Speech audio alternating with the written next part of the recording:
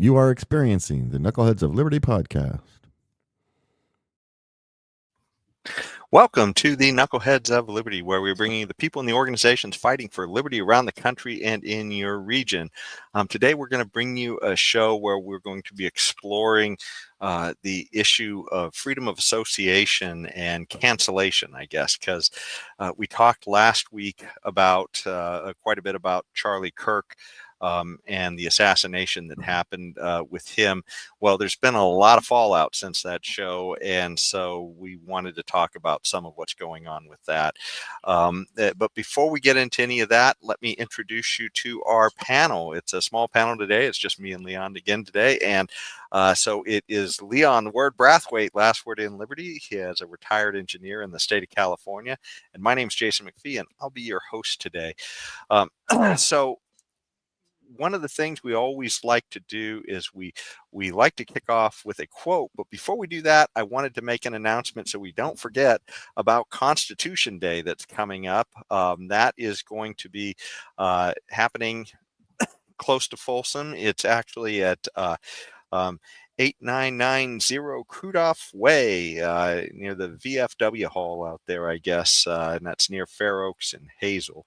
So that's where to go check that out on Sunday, September 21st from noon to 4. So a lot of people who are really dedicated to promoting our constitutional rights out there and, getting educated themselves. And it's a great event for you to go check that out and maybe meet some like-minded people who are really helping to organize so that we can defend our liberties.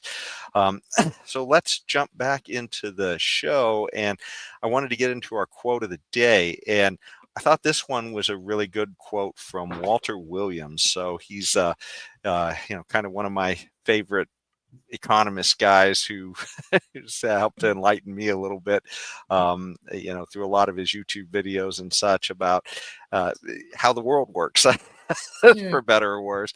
And he had some thoughts on freedom of association that sound very similar to a lot of good thoughts I've heard from others on freedom of speech as well. But he says the true test of one commitment to freedom of association doesn't come when he allows people to associate in ways he approves. The true test of that commitment comes when he allows people to be free to voluntarily associate in ways he deems despicable. Forced association is not freedom of association. So, and this is, one of those things, a lot of people, they think about the Bill of Rights and they think free speech, and then they immediately jump to Second Amendment and issues of due process and other things like that. But this is one of those things that a lot of people don't realize. That's one of our most important liberties, is our idea of being free to not just say what we want to say out in public, but be able to be around people that we prefer to be around. So, and this is actually one of the great ways that we can address people who are, essentially really terrible people. Maybe they say really awful things, and you have the freedom that you don't have to hang around that person, right? Exactly. And that's one of the best ways to push back at it, to be able to disassociate yourself from those people. And we're going to talk a lot about this going throughout the show, but that's kind of what I'm taking away from this quote. And Leon, what do you think about this quote from Mr. Williams? Well, he talk about freedom of association, and when you're talking about despicable things or despicable people or despicable groups, and and this is a very important point. For instance, take the Ku Klux Klan, right, which by all measure, is a despicable organization, and I would never think that any decent-minded person would want to be a part of that, right? But do they have a right to associate like-minded people? Do they have a right to associate? As much as I despise them, I would defend their right to do so, to associate and do everything that they can do within the boundaries of the law that any other organization can do. I will defend their right to do that.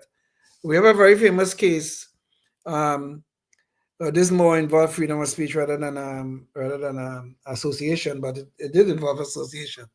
When I think it was the 60s or the 70s, when the Ku Klux Klan or the Nazi, or I think or probably some Nazi organization was trying to march through Skokie, Illinois, which was a predominantly Jewish city, and the city tried to ban them from doing so.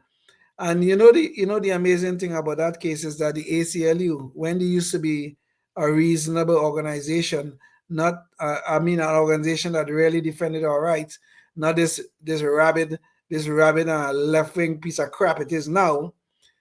They defended the right of the Nazis to to march to um, Skokie, Illinois.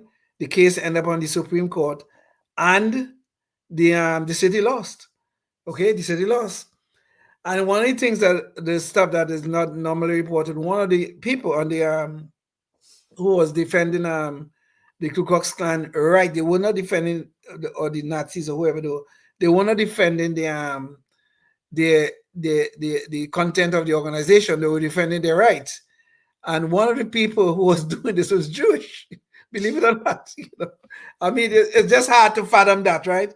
But this is the point, though. This is where the character of a nation comes into being. Is that we have to be able, because our right of association, our right of free speech, all of these things, those things are not there when we're laughing and smiling, when things are nice and wonderful. Those things are there to defend speech, even when it is repugnant, even when we can't stand it, or even when people are associating with organizations which we think are despicable. As long as they're not engaging in criminal activity, they have that right to associate and do all the things that all other organizations who we may love and hold dear in our hearts, they have the right to do all of those things as long as they're doing nothing illegal. Yeah. Well, and just like, we would think with ideas and speech, if somebody isn't being allowed to say something, how do you know the person making the rules actually has the right answer? How do you know that whatever they're saying is the correct speech, right?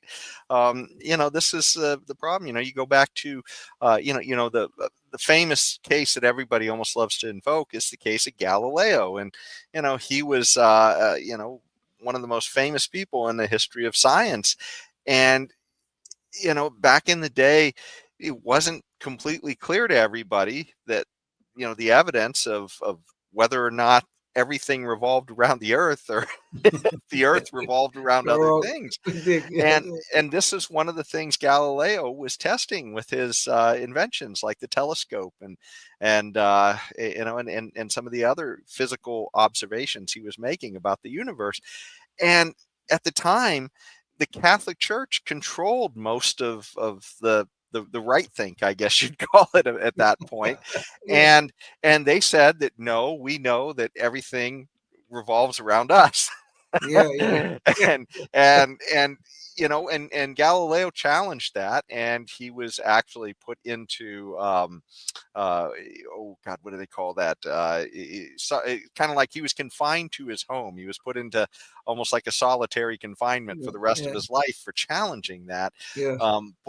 But this is the point, right? I mean, who knows? Just because the majority of people think one thing, that doesn't mean they're right. Yeah. So we have to be free to say things. What's the same thing with association, right? Who's to say one group of people is necessarily right? The only way we can really test this is out in the marketplace, and let these ideas flow. And hopefully we'll kind of touch on some of this as we go throughout the program today. So just to refresh everybody, I wanted to bring back the story of the issue with Charlie Kirk. So we talked about that last week, and we're not going to dive way into that story again, but he was speaking on the University of Utah. Utah Valley University. Yeah, and he was shot while he was speaking there. He was assassinated by a guy with a gun who didn't like what he was saying, and so anyways, that that is what everybody has been grappling with. It's kind of become a much bigger story than I think anybody could have realized. But this has also led to a lot of people. We are so divided as a country that there are so many people who are expressing their profound love for Charlie Kirk. And on the same token, there's a whole bunch of people who are just spewing hate for Charlie Kirk after this happened.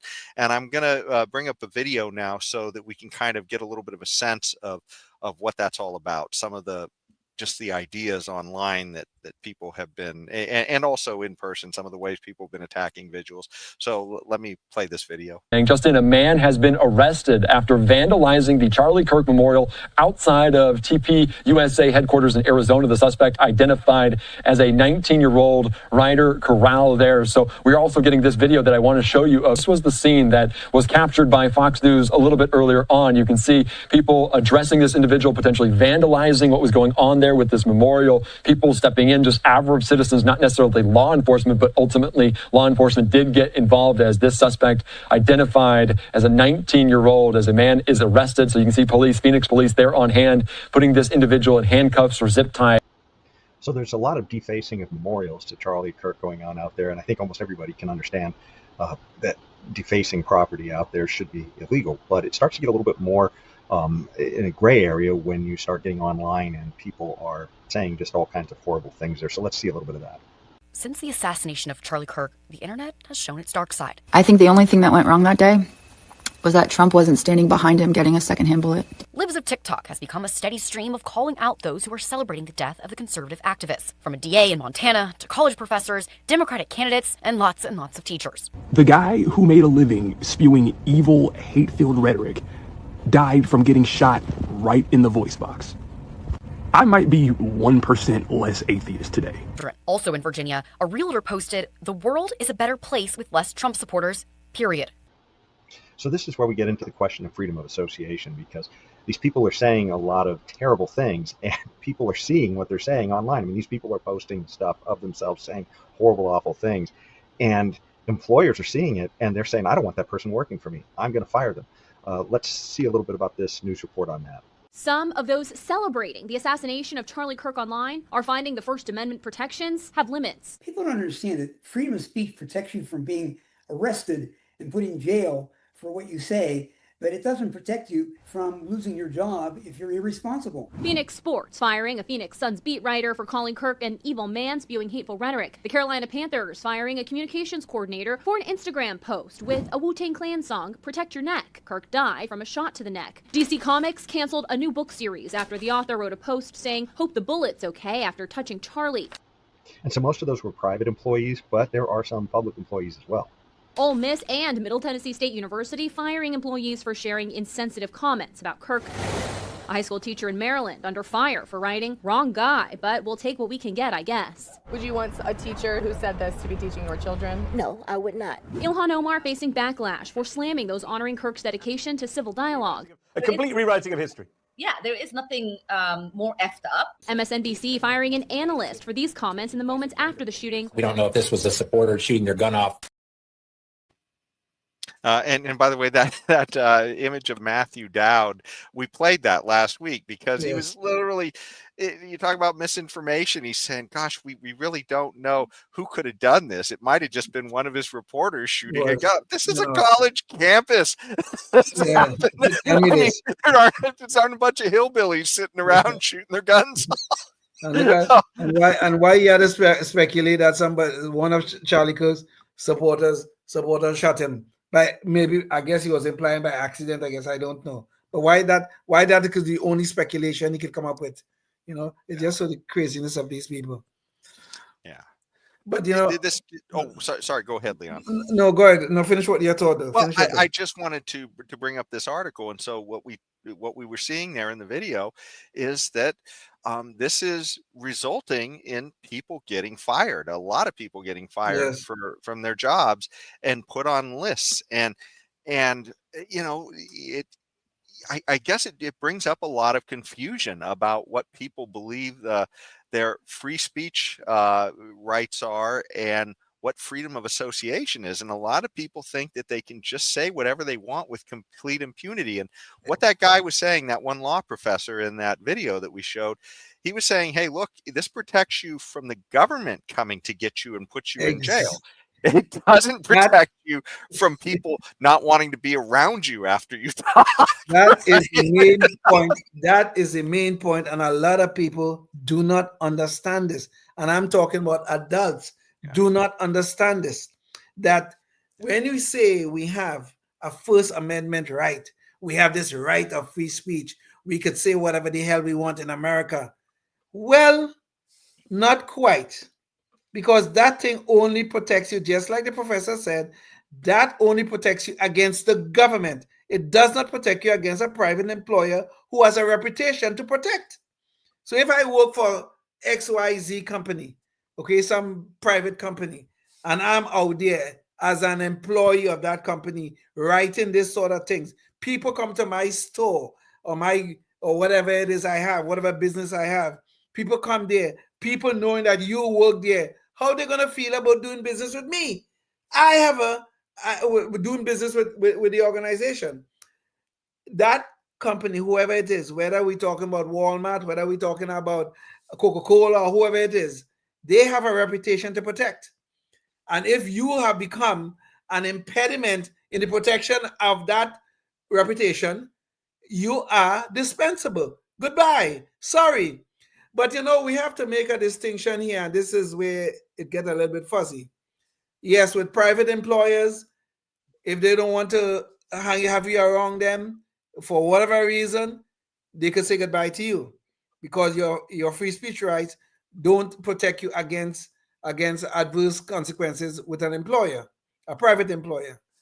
Now, public employers might be a little bit different in the sense that this is the government taking action against you, even though you may be an employee, but you're an employee of the government.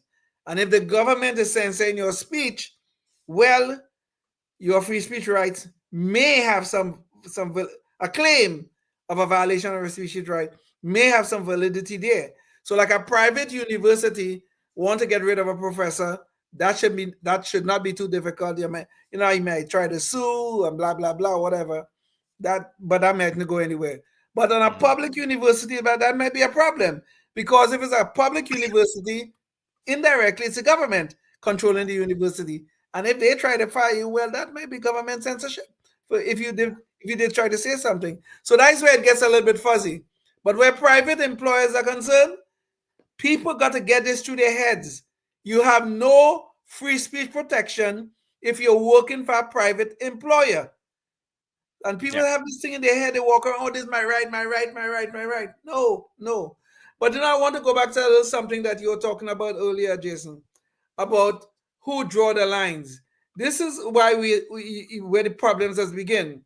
So some people, mostly on the left, they think this speech is not good, that speech is not good, you should not be saying this, and you should not be saying that. Of course, we saw the horrible consequences of Charlie Kirk's assassination. Because some people felt Charlie Kirk had no right to be saying some of the things he's saying. Okay? The question will always come back at the end of the day. Who draw the lines? Who is going to say what is the boundary of speech? Do we want the government to be saying that? What are the boundaries? Do we want some left-wing organization in the back of nowhere to say what you and I can or cannot discuss tonight on the show? Is that what we want? No, we don't want that.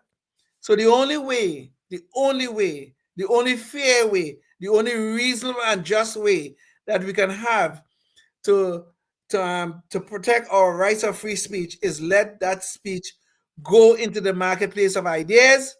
What good speech will survive, bad speech will die. And that's how it should be. But these left-wing fools think they have their answer. If you don't bow down to us, we can resort to violence. So you better shut the F up. Yeah. And this is the sad thing, right? In a civil society, and it feels like we used to have a civil society at one point. Yes. But a civil society, I mean, the only way you can address ideas that you dislike peacefully is to either use better ideas in response or walk away. If they are a horrible person and they are not somebody who's amenable to a conversation, you don't have to be around them. I mean, that's the wonderful thing.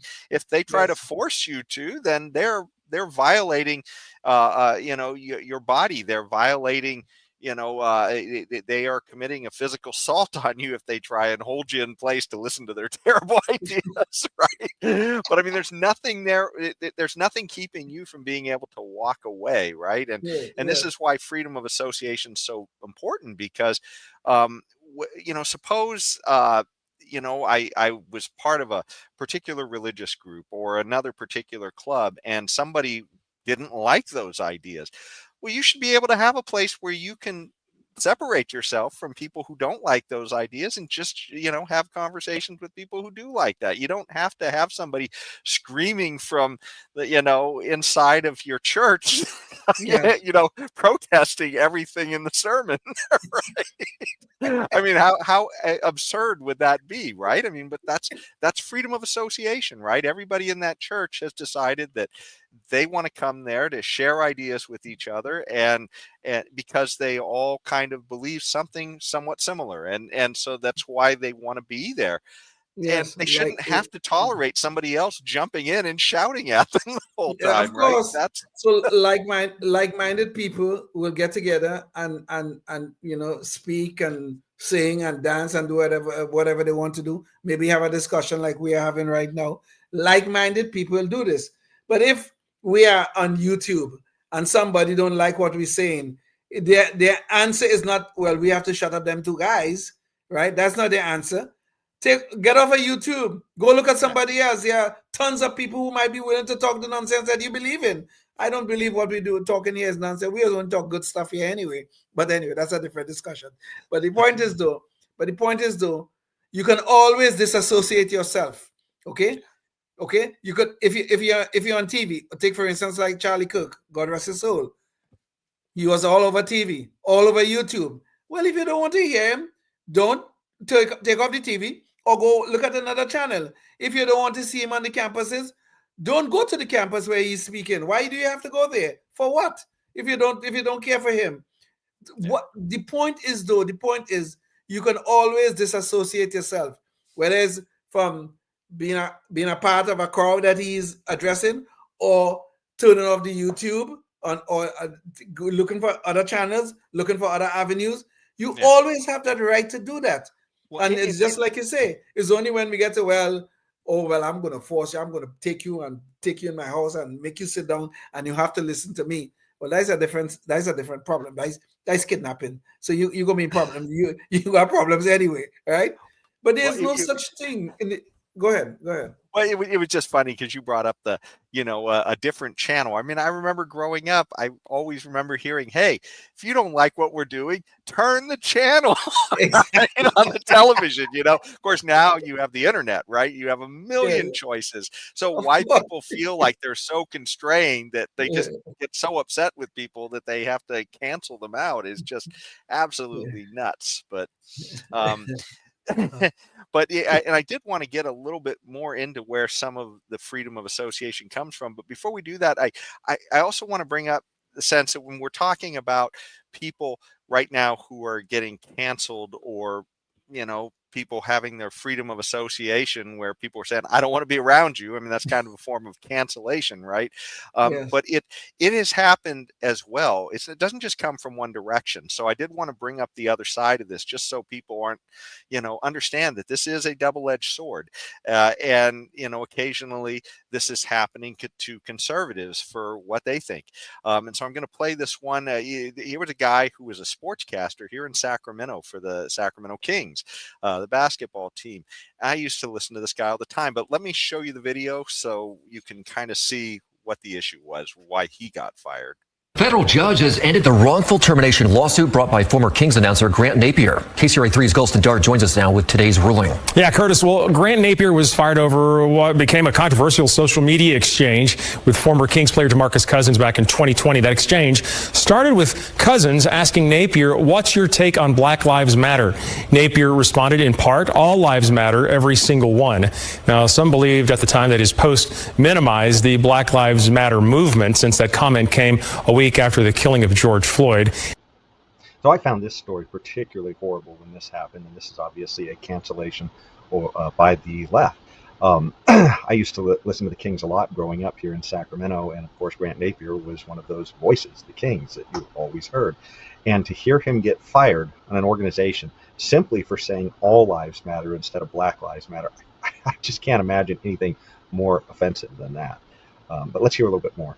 And Bonneville International fired Napier from his radio show on KHTK 1140 shortly thereafter. And then Napier sued, claiming the company violated his religious freedom rights and California labor laws that protect employees' political activity. A federal judge previously dismissed Napier's religious freedom claim and then recently ruled that applying state labor protections to this case would be unconstitutional. Napier's attorney believes that the ruling goes too far and says that the case is not over. So again, Grant Napier fired simply for saying all lives matter, with no redress in the court.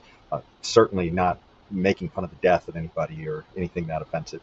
Anyways, there was another story that was more recent in one of these cancellations from the left, and there's this debate series called Jubilee, where a guy named Mehdi Hassan from the left was debating with a bunch of people, I guess from the right is the best way to characterize him, and one of them self-described as himself, or he owned the label fascist, and he got fired for that. So let's see that. I think you say I'm a fascist. Yeah, I am. I read that man has now lost his job. He's been sacked. I wonder what you make of that. Well, I'm not sure what to believe about that, because some people online have pointed out that Connor, I think his name was, the self-proclaimed fascist who came to debate me on the Jubilee YouTube show. He claimed to have lost his job. He did that thing that lots of right-wing people do where they're like, oh, look at me, I'm the victim. He did a fundraiser, made lots of money from his far-right friends. So, yeah, I mean, here we see it happens on all sides. But, in the end, I mean, if you're an employer, why should you have to, if you see somebody saying horrible things that you don't agree with, why should you have to associate with that person? I feel like for Grant Napier, he really got a raw deal there, because I mean, to me, I agree with him. All lives matter. I mean, Black lives are part of all lives. Right? Yeah. I don't think a Black life is worth more or less than a white life. So I don't know what the hell it is we're dealing with here. Now, in the Grant Napier case, now these are private organizations, and I have to agree, if I'm going to be consistent with their right to disassociate themselves with whoever they choose to do so. Okay, in this case, it was Grant Napier. But I agree with you. I think he got a raw deal.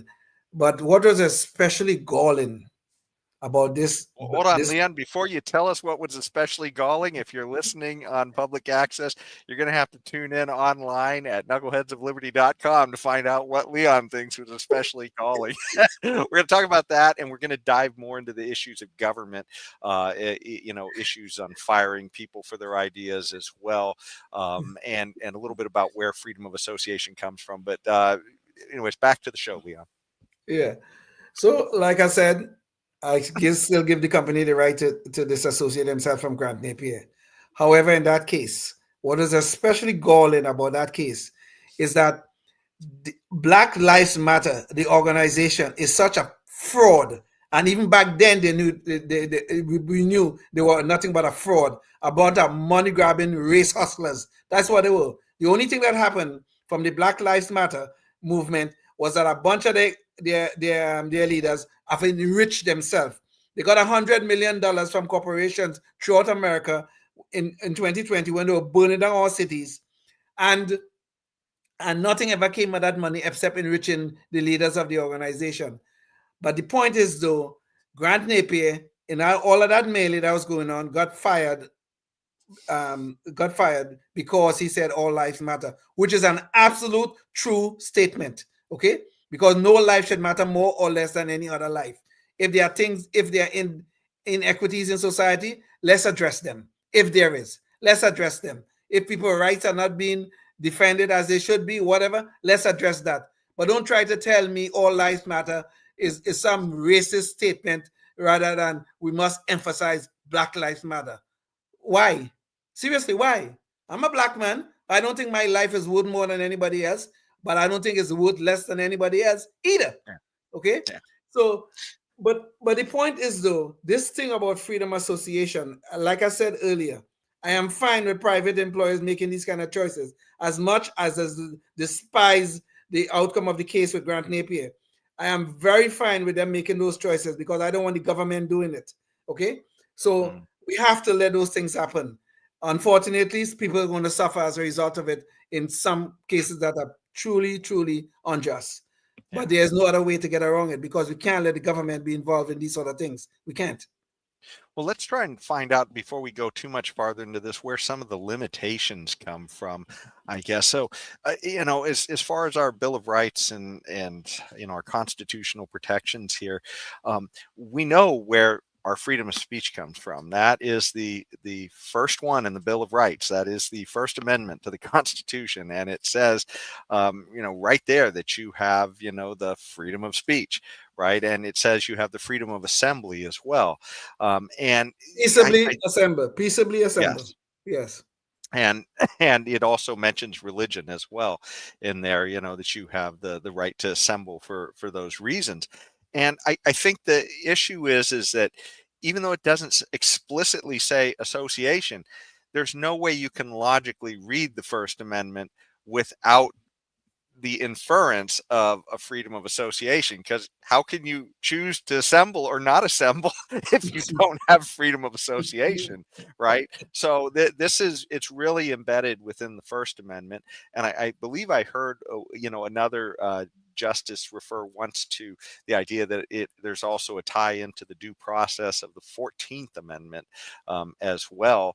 But that First Amendment, if you just logically play it out, there's no way for you to, if you don't have the freedom to be around people that you want to be, to share ideas with, then how can you even share the ideas with them, right? I mean, how can you hear from them? How can you talk to them? How can you share your ideas or have their ideas shared with you if you don't even have the ability to associate with them? And so that's really where it's coming from. But there are limits as well, which is crazy. I don't like a lot of these limits that they're trying to say, but Leon, it sounded like you were about to jump in. So before we get to whatever No, you're talking about people associating and people being free to associate with whoever they wish to. But I think this is one of Charlie Kirk's big ideas, is that we have to be able to freely associate, and we have to be able to talk to even people we disagree with without being disagreeable. I don't think he ever said it that way. But we have to be able to talk. And when we don't talk is when bad stuff happens. And I think this was mostly Charlie's words. So this freedom of association is so vitally important to have a civil society. We must be able to freely associate, and we must be able to peaceably assemble. If we cannot do those things, we're not going to have a civil society, and we're not going to have any kind of society at all. Mm-hmm. And just for anybody who's not clear on the First Amendment, it's funny. I mean, for those of us who love liberty, most of us are kind of familiar with the Bill of Rights. Maybe we don't remember it all the time, but we at least know it's there and where to go to reread it. But there's so many people, it's unbelievable because of our bad state of education that haven't really even read this stuff once. And so it's fairly short. This is what the First Amendment says. So I'm just going to read it. Congress shall make no law respecting an establishment of religion or prohibiting the free exercise thereof, or abridging the freedom of speech or of the press, or the right of the people to peaceably assemble and to petition the government for a redress of grievances. So there you have it. And that's where, so much of our foundational liberty is anchored by, I guess, in this country. But it says so right there, the freedom of association. It is right there in the First Amendment. That is where it comes from. This is one of our liberties that we must always be able to exercise. But you see, the left, and mostly the left in this country, they want to be able to draw the lines. They want to draw the lines. They want to tell us we should not go to our campus and listen to Charlie Kirk. Okay? They want to tell us that was MAGA, Make America Great people, Trump supporters, they are Hitler, they are Nazis, they are this and that. And after you sit around for so long and talk so much about Trump being Hitler Orange Man bad, his supporters are deplorables, the basket of deplorables, and all these sort. After you're sat around for this long and dehumanize all of these people, how far does it take for some nutball to come along and he say, well, you know, these people are less than human. It's time to eliminate them. You know, during the 2024 election campaign, twice they tried to eliminate Donald Trump. And an assassin bullet got this close to his head. It got his ear. Another slight turn, Trump would have been gone today. Unfortunately, they got Charlie Kirk last week Wednesday. But the point is, though, these people think they can draw the lines for a civil society. I don't know how they could think in their deluded mind that a civil society could come at the end of bullets. I do not know how that comes about. How you think that silencing the voice of Charlie Kirk is going to make our society better, even if you have what you think is a justifiable case to be upset with Charlie. How does it make it better? Yeah. I just can't conceive of what rationale you can come up with that will make sense to anybody with a half a brain. And this is the madness that's going on, that these people think they could draw lines on our speech. It just go back to this Black Lives Matter nonsense we were just speaking about. Just because a man says all lives matter, somehow or the other, he has crossed some line, some invisible line that you constructed somewhere in your crazy mind, and you think this man's life should be ruined for it. This is the craziness of these leftist people who think they know where those lines should be. It's insane. And here's the thing, though. I mean, as sad as it is that somebody like Grant Napier lost his job for that, imagine how much worse it would be if those same people had the ability to control government and to be able to apply force on somebody because they didn't agree with them, right? So, I mean, even though Grant Napier lost his job, he's still free to try to find a job somewhere else and be able to associate with other people who agree with him. But if people who control the government, I mean, those regimes, you disappear into a gulag if you don't have the same ideas as the people in control of power. And somehow the people of the left never seem to understand that. And sometimes the people of the right too, but it always seems like the people of the left, they have this faith that government is always going to do what they want it to do.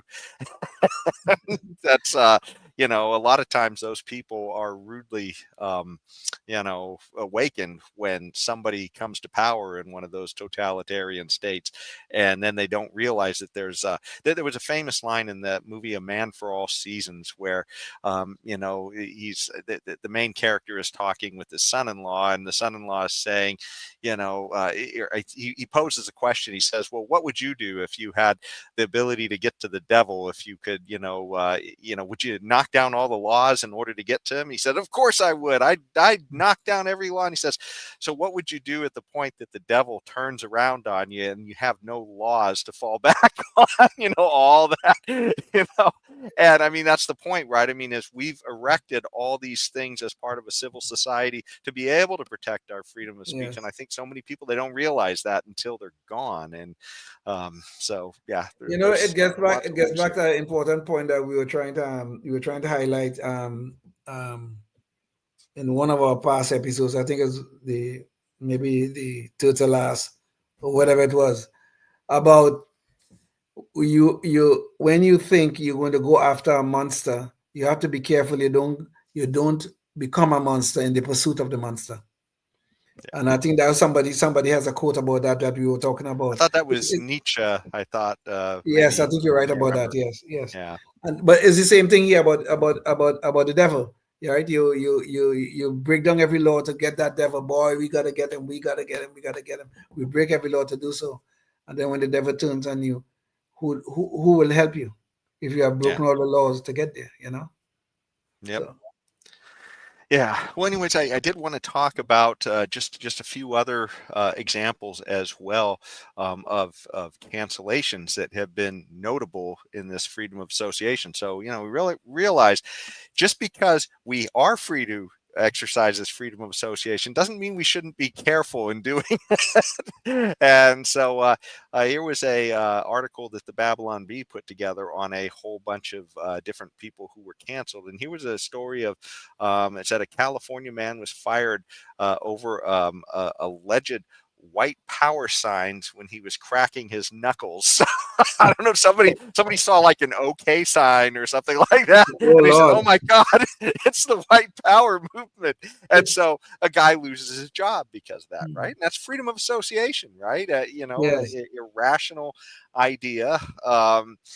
Here's an officer who gave $25 to Kyle Rittenhouse's defense is fired. So that was a police officer who just donated $25. If you remember, Kyle Rittenhouse was the boy who was young man who was trying to defend his community with a bunch of other people when all of these mobs during the summer of love that the Democrats had unleashed on us in 2020. Yes. And, we were seeing different cities get burned to the ground, and they went out there and they were trying to maintain order because the police weren't by just standing in front of businesses armed. And, he wound up being assaulted, and in self-defense, he shot somebody and killed them. And this was, in fact, turned out the guy was a child molester too that he shot. Yes. But, you can't make this stuff up. But the crazy thing was the left wanted him prosecuted for being out there defending businesses that were from being torched. And here's a police officer giving $25 to his defense fund and, fired for it. Right. So, we see these cancellations constantly, and, whether or not the cancellations make sense, ultimately will be tested out in the marketplace. Right. I mean, there's not really any other way to do it. And there will be some people who are unfairly, hit by this. But the alternative is, one size fits all government rule. And I don't think any of us are going to be ultimately comfortable with that. But there's a big hypocrisy in the firing of that police officer. He gave $25 to Rittenhouse defense, which I mean, I didn't donate any money to him, to Rittenhouse, but I would have if I had the opportunity to do so. But around that same time that police officer gave $25 to the Rittenhouse defense, who was given money that allowed criminals during all this summer of love to be put back on the streets? Who was given money to a fund in Minnesota and some other place, I think? It was our dear beloved Vice President of the United States, Kamala Harris, at the time. Okay? That idiot. And nobody ever did anything to her. Nobody ever said anything about her. Well, I guess we did eventually speak our piece, which was in the election, which fine. This probably was the most just outcome. I don't know if that weighed into anybody's mind at the time they were voting in the elections. But the point is, though, that hypocrisy is there. We want to cancel out a police officer for contributing to Kyle Rittenhouse because Kyle Rittenhouse says, well, he's a white dude, he's a white supremacist, he's a racist, blah, blah, blah. Even though most of the people he shot, I think, were white, if I'm not mistaken. Yes, but he's a racist and all that sort of thing. All this kind of nonsense. But here's Kamala, Well, Kamala now is a person of color. Okay, so she could donate to a fund that allow criminals to go back on the street. She could do that. That's okay. She's a person of color, so she have some special protection against criticism on this matter. This is the craziness of these things. Well, that was kind of funny too that you mentioned the color of the people that Kyle Rittenhouse shot, because that was initially one of the lies that was given against Kyle Rittenhouse. Because remember, all these protests came about because of BLM and George Floyd, all out from George Floyd. And so initially they were reporting that, people were assuming that these were black people that Kyle Rittenhouse shot, and they weren't. One of them was some white child molester, and another who apparently had been stalking him throughout the event, and another actually pulled out a weapon as well, I think. So, yes, he did. He did. Yes. this is, absolutely nuts. But, this was another example I wanted to give here too. But, after October 7th, you had a lot of pro-Palestine protests going on college campuses because October 7th of, I can't remember which year it was that 2023. 2023. And that was essentially that horrible where a bunch of the people from Palestine, I guess some of it was from the Gaza, Hamas right? control in the Gaza. Yeah. So it was some of the Hamas terrorists from Palestine. They came through a fence and they slaughtered almost 1,000 or around 1,000 Israeli citizens and other people who'd been there too for things like a music concert and such. And so there would that really brought that issue back to the fore of what should happen with Palestine, between Palestine and Israel. And so there were a lot of pro-Palestine protests going on the campuses. And Bill Ackman decided that he didn't like a lot of what the protesters were saying about Israel. So he wanted a list compiled of these people to be able to make sure that they'd have a hard time finding work in the future, because these were all college students, right? And so, I mean, this is, kind of the double-edged sword that can happen here, right? I mean, whether you agree with what he was doing or not, that's freedom of association. And people, I don't know. I mean, maybe this is the issue, like a lot of Second Amendment people say, an armed society is a more polite society. Yes. Maybe if everybody realizes that there's consequences to potential consequences from others, what they say, not the government, but from other people, maybe we'll all treat each other a little more civilly. I don't know. But that's certainly something to consider. And it was definitely of the same thing we're talking about here. I mean, I could understand Bill Ackman's sentiments about the whole thing on the campuses, but you still have to wonder about when people gathering lists on people and using it and going to use it in the future to prevent them from getting jobs and all that kind of stuff. I mean, some of these campus protests, so-called protests, was just downright horrible, quite frankly. But how far do we go? I mean, if they were doing anything illegal, let's prosecute them. I'm all for that. If there was anything illegal done, I'm all for that. But where do you draw those lines? Sometimes that's hard to say. It's really hard to say. Even though I understand Ackman's sentiment on this matter. Well, and let's understand here too. I mean, there is a market mechanism to control somebody like Ackman as well, right? Because if Ackman decides that there's all these people that he won't hire for some reason, and let's suppose that reason is irrational. Let's say it's because I saw you all wearing green hats and I've got you on my list. I'm going to make sure I never hire you. Well, there may be a lot of good employees in that green hat wearing bunch, right?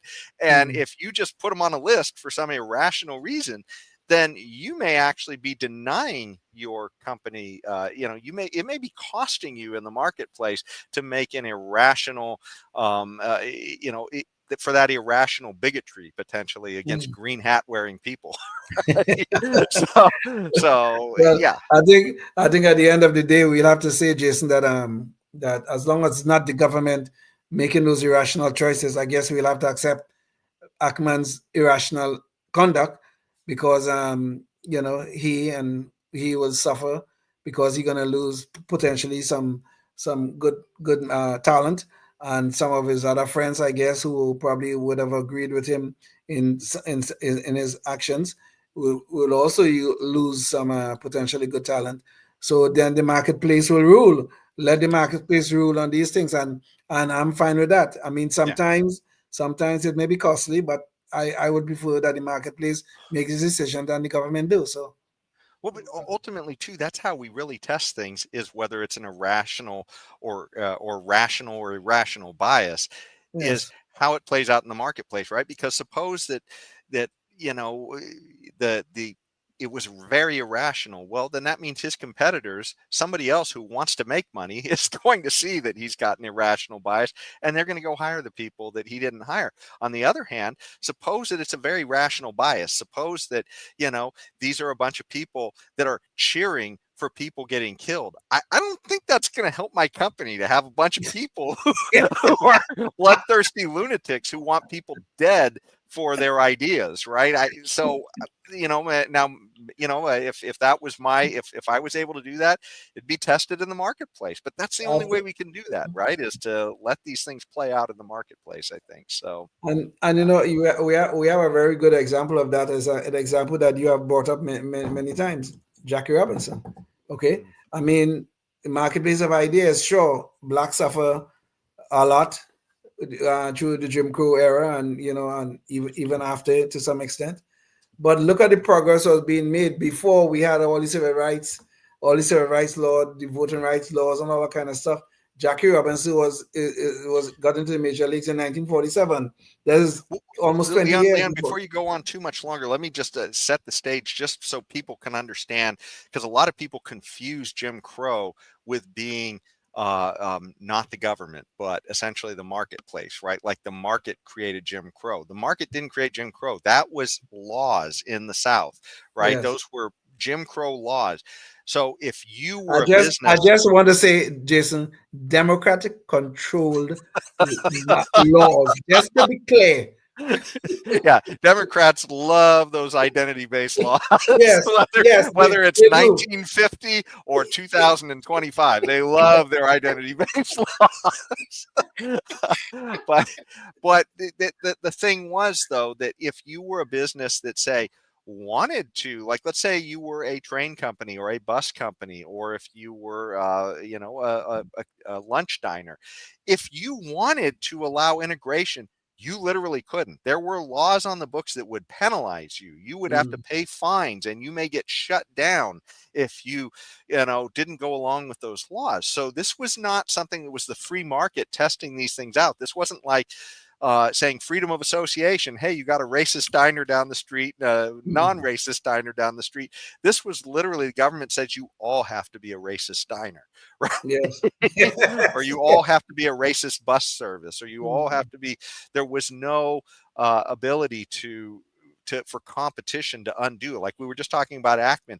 What pushes back on Ackman if he was doing something crazy, like saying, I'm not going to hire people with green hats, is that other employers can come by and say, hey, that employee looks great with that green hat, I'm going to hire him. Yeah. But if there's a law that says you can't, and where that really played out, and Leon, I'll let you get back to your story now, because I cut in because I just want to make sure people understood, because so many people think that was not the government. Jim Crow was the government. So just to make it clear. Yeah, just like slavery was the government, Democrat government. Jim Crow was the government, Democrat government again. It was all there.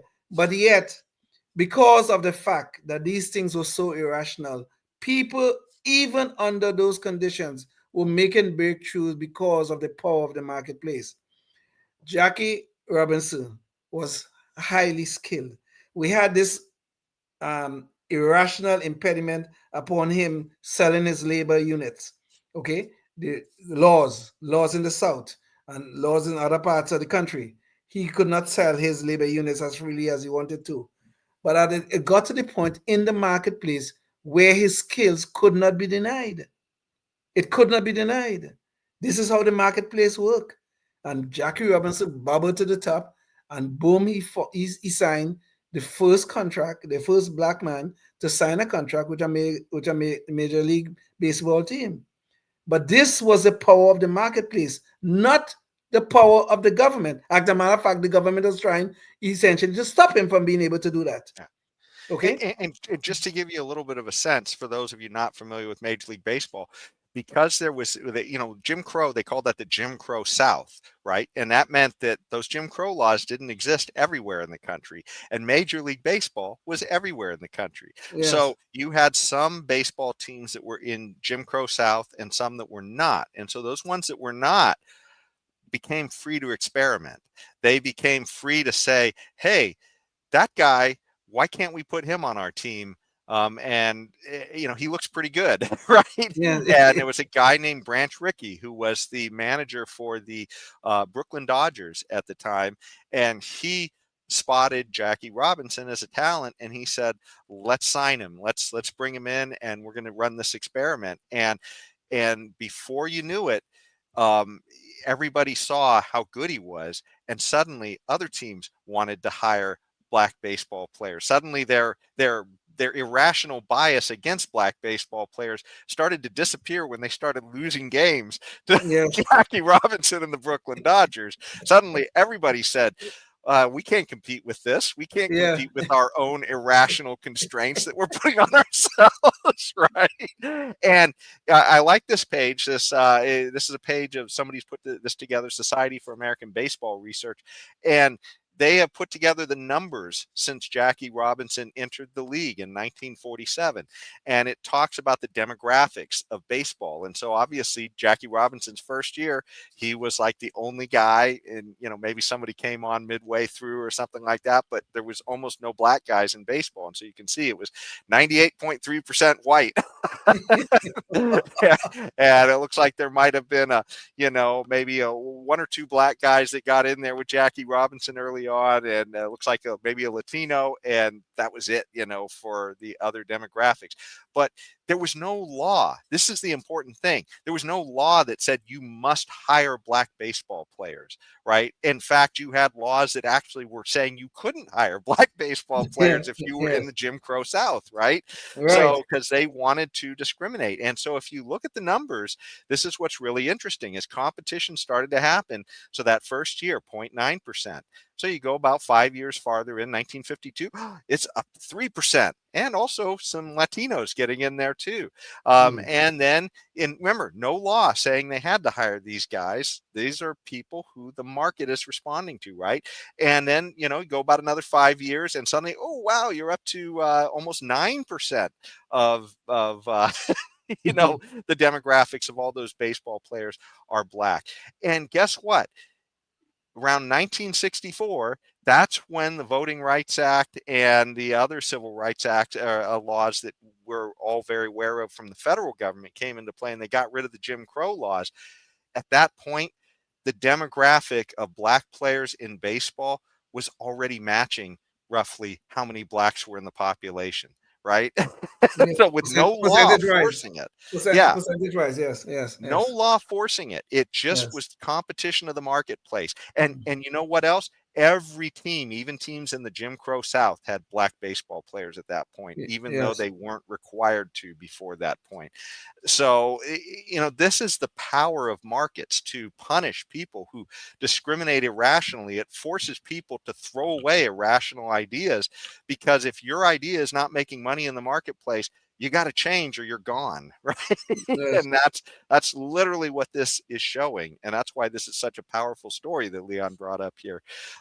So, Leon, I don't know if you wanted to say anything more about it, but no, I think this is a wonderful story to tell, to show the a truism that the only time the only way and the only time that these irrational biases can remain within our society, whether it's racism, whether it's the Jim Crow South and the insane laws, whatever it is, the only way these things can remain in place and allow people to suffer under them is through the power of government.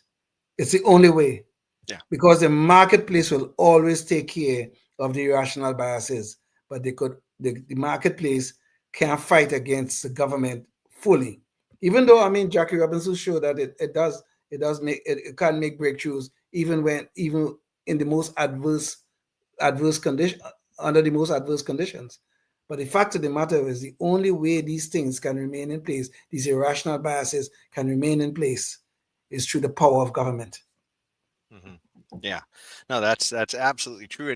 And there's another point to this story as well, because for those laws to come into place, those civil rights laws that came into place in 1964, 1965, they could only happen if the majority of the population agreed with them, right? And that's the problem, right? What if the majority of the population is biased, has an irrational bias, and they're forcing it on everybody through government?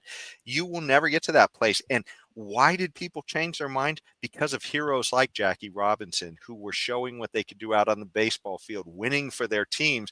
And suddenly they became people's heroes out there, right? I mean, just like when you watched your teams today and you got a player on your team and they're winning games for you and they're doing these great things, and especially if they have a wonderful personality too, you know, I mean, look at how many kids wanted to be like Mike, right? Michael be like Mike, exactly.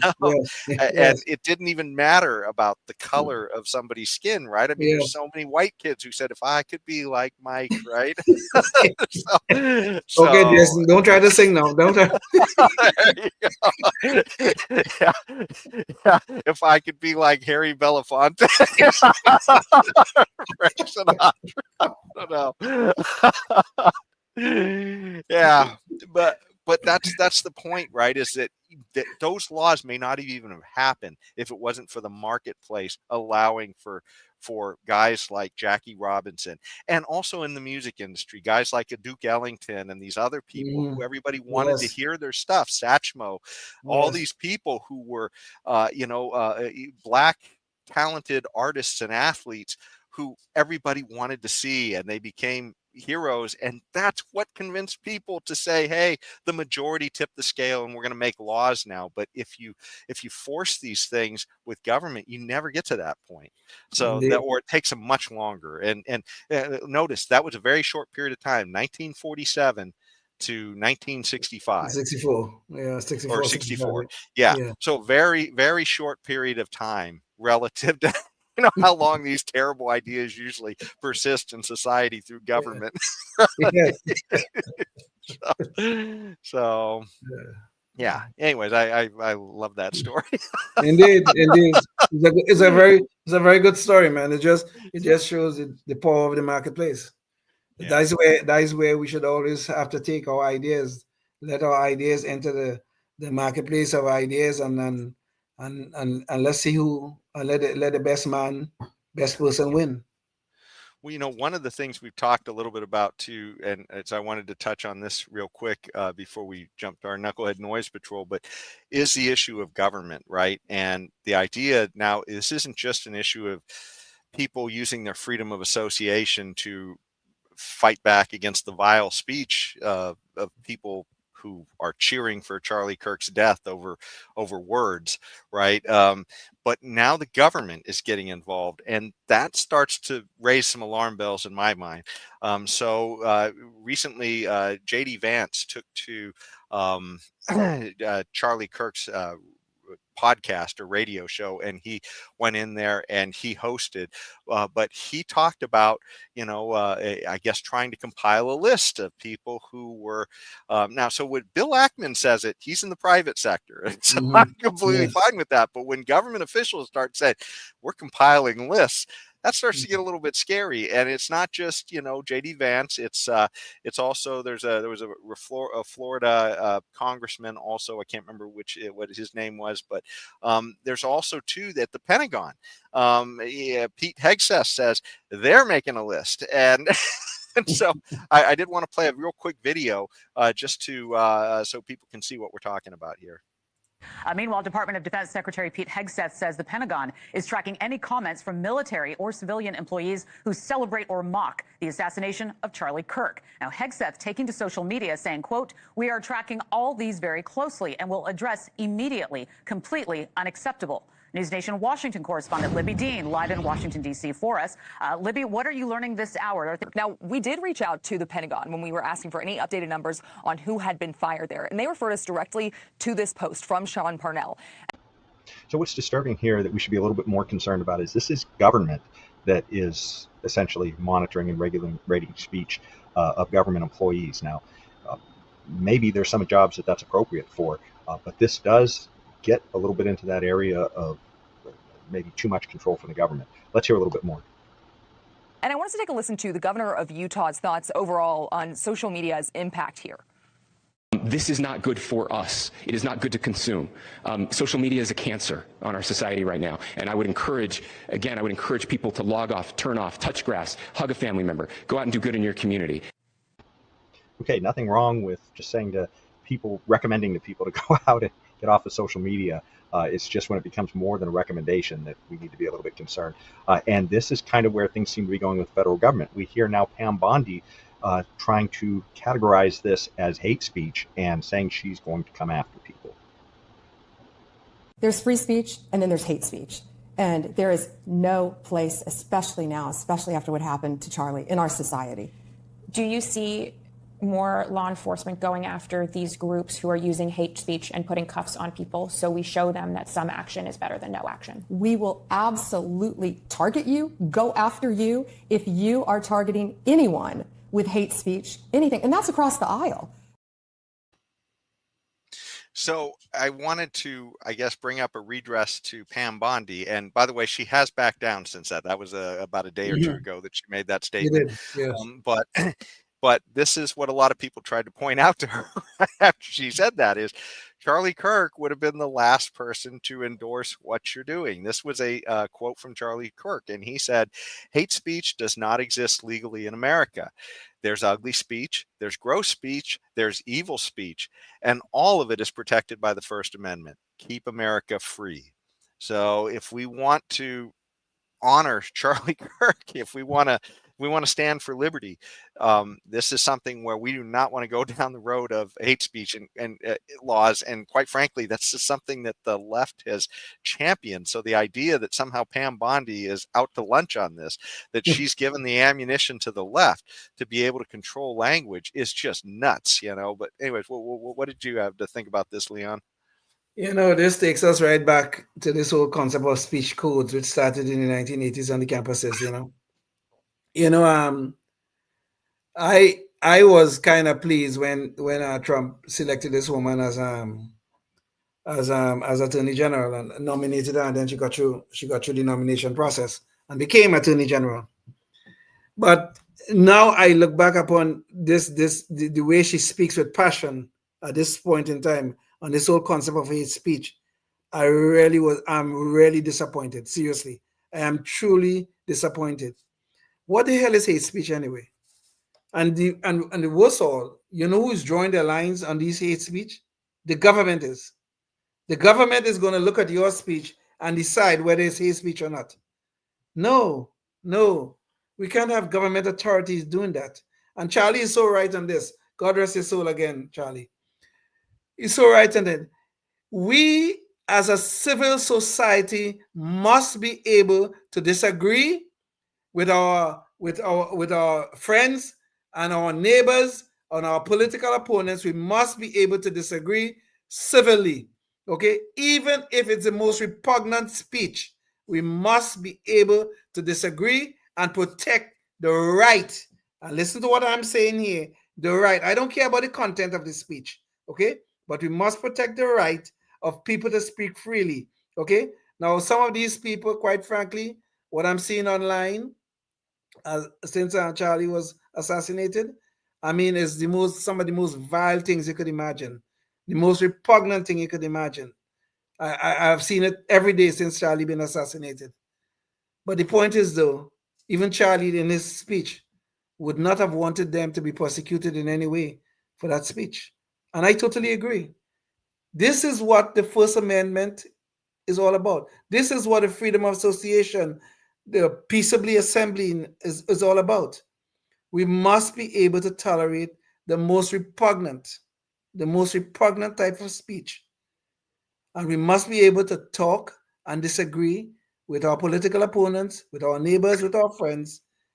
At the end of the day, we may not agree, but at least we could civilly agree to disagree. But when we have government officials like Pam Bondi and J.D. Vance, two people who I really liked at the beginning of the thing, I ain't lose J.D. ain't lost my confidence yet, but Pam Bondi is well on her way. Yeah. I mean, but you cannot have government officials threatening to prosecute people for speech. You cannot have this in a civil society, not one that plans to exist. You can't. And this is horrible. And this is where we, because believe me, I mean, I am no friend of the left. I think they are absolutely crazy nuts, right? I mean, they are just lunatics. Yes, exactly. So, I mean, I'm more afraid of the left than I am the right, but it does scare me every time that, the right manages to get power. Suddenly, they start grabbing some of those same controls that the left was all too happy to grab. And it's, I mean, I think there's more people on the right that understand the problems with this. And there was a lot of people who pushed back immediately on Pam Bondi, and that's why she backed down from that. Yes. But, and I don't know that would happen on the left, quite frankly. No. So, unless it's somebody on the right who's grabbing for the controls, but you've got guys like Rand Paul and Thomas Massey and other liberty-minded people on the right who are a little more principled, and they raise the alarm bell often when they see stuff like that, and that's why we need those people. So there's a little irony in here, Jason. There's a little irony in here. It was disclosed just yesterday or the day before yesterday, I think it was just yesterday, that the Biden FBI was surveilling Charlie Kirk's organization. Okay, all right, they were. And why were they surveilling them? Because they didn't like Charlie Kirk's speech. The speech, the things he say on the campuses, the things he say on social media. They didn't like it. So they were That's kind of like what they were doing to Martin Luther King too, wasn't it? Exactly. So they didn't like it. And now here we are, the so-called friends of Charlie, like Pam Bondi and J.D. Vance. Well, J.D. Vance and Charlie were quite good friends, actually. The so-called friends of Charlie now want people prosecuted because of their speech, even though they're objecting to what the Biden administration was doing to Turning Point USA when they were surveilling them, and potentially, I guess, down the road trying to prosecute them, I guess, for their own speech. And now we have come full circle with the friends of Charlie trying to persecute people for their speech. Yeah. Well, I tell you, I think we're just about out of time on the show, but let's get to our Knucklehead Noise Patrol, because I tell you, this comes down to what should be the last line of defense for speech. It should be our comedians. Unfortunately, a lot of our comedians have, I guess, have cashed in on being neutral toward finding the absurdities wherever they can find it. But let's see what's happening right now with some cancellations that are going on in the world of comedy. So let me bring up the visual here. We hit some new lows over the weekend with the MAGA gang desperately trying to characterize this kid who murdered Charlie Kirk as anything other than one of them, and doing everything they can to score political points from it. And this is what got Jimmy Kimmel into trouble, where the lines start to blur between reporting, political commentary, and satire. And this is kind of where most late night comedy has gone recently. It's oftentimes reporting in a very one-sided way on politics. And as you can see there, when he said that the shooter was MAGA, despite almost all the evidence pointing in the other direction, this is where I guess the lines start to become a little bit blurry. Between the finger pointing, there was grieving. On Friday, the White House flew the flags at half-staff, which got some criticism. But on a human level, you can see how hard the president is taking this. My condolences on the loss of your friend Charlie Kirk. May I ask, sir, personally, how are you holding up over the last day and a half, sir? I think very good. And by the way, right there, you see all the trucks? They've just started construction of the new ballroom for the White House, which is something they've been trying to get, as you know, for about 150 years. And it's going to be a beauty. Yes. He's at the fourth stage of grief, construction. So I showed you just a little bit more of the monologue just to show you that, believe it or not, there was actually a little bit of humor in there. But let's go see now what the fallout has been today on that monologue, which occurred, I think it was last Friday, so that was about 5 days ago now. We have breaking news. ABC has just announced here that they will be preempting the very well-known show Jimmy Kimmel Live indefinitely. That's confirmed by ABC, and it comes at a very tense time with many of the issues we've been covering tonight. There was a backlash on the right because Jimmy Kimmel, after the Charlie Kirk shooting, made the statement that he viewed, quote, new lows with the MAGA gang desperately trying to characterize this kid who murdered Charlie Kirk as anything other than one of them, and with everything they can to score political points from it, end quote. After years of Kimmel injecting his venom into his late night show for conservatives, I think there's an awful lot of conservatives who are going to find this about the funniest thing they've heard on the Jimmy Kimmel show. That said, there is something we should really take notice of. A lot of times comedians are the ones we rely upon to, I guess, speak truth to power. And clearly they've been doing a pretty poor job of that. This crop is so one-sided. It only seems to go against the right for the most part in current late night. But this does remind me of something that happened back in 2001 regarding 9/11. After that happened, and Bill Maher used to have a show called Politically Incorrect, in which he wound up saying something that I think many libertarians would actually found to be a little bit enlightening. And he was canceled for that. On Politically Incorrect, the show that once followed this one, he made this infamous comment less than a week after 9/11. We have been the cowards, lobbing cruise missiles from 2,000 miles away. That's cowardly. That is a Staying in the airplane yes. when it hits the building. That is Say a what you want terribly, about it, not cowardly. So what Bill Maher said there really goes to what Ron Paul used to talk about, which was blowback, the idea that they're not just hitting us because they hate us for our freedom, as Rudy Giuliani used to say. There were actual issues of what were we doing in that part of the world.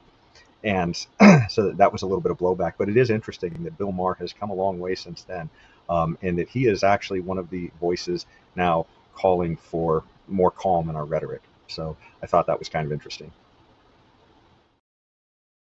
And for anybody who didn't read that, that was essentially saying, hey, we got to knock this labeling everybody as Hitler that we don't like off, because this is probably leading to a lot of the violence that we're seeing when we ratchet everything up that high.